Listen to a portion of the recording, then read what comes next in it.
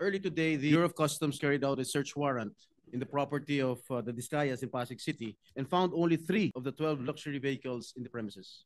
Tatlo na lang po ang nakita. Ayon sa aking nakalap na impormasyon, nasa 80 sasakyan ang pagmamayari ng mag-asawang Diskaya at ng kanilang mga kumpanya. Mula sa 80, nasa mahigit kumulang na 40 ang luxury vehicles. In the LTO records, Mr. President, there are 63 vehicles, luxury and mainstream brands. Kasama po dyan yung mga binanggit ni Sara Diskaya kahapon sa hearing na Rolls-Royce, Kulinan, Bentley Bentayga, 2 GMC Yukon Denali, Cadillac Escalade, Mercedes-Benz Wagon, G63, Range Rover Evoque.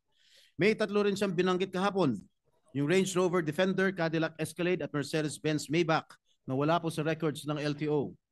Sa pinag-uusapan na nag-viral na YouTube channel ni Julius Babaw, meron pang 8 luxury vehicles na wala sa tala ng LTO na nakapangalan sa mag-asawang Diskaya. Napag-alaman din ng aking tanggapan na meron pang 6 na mamahaling sasakyan ng pagmamayari ng mag-asawang Diskaya tulad ng Volvo XC90, Mercedes-Benz GLS, saka isang Maserati. Nakakalulang yaman po ito, Ginoong Pangulo. Kung doon sa 28 luxury cars na inamin ni Sara na pag-aari nila ay halos hindi ako makapaniwala, wala pa pala yun sa kalahati ang kabuang bilang ng kanilang mga sasakyan. Mr. President, this is totally outrageous. And I would just like to spread this into the records, Mr. President. Thank you, Mr. President.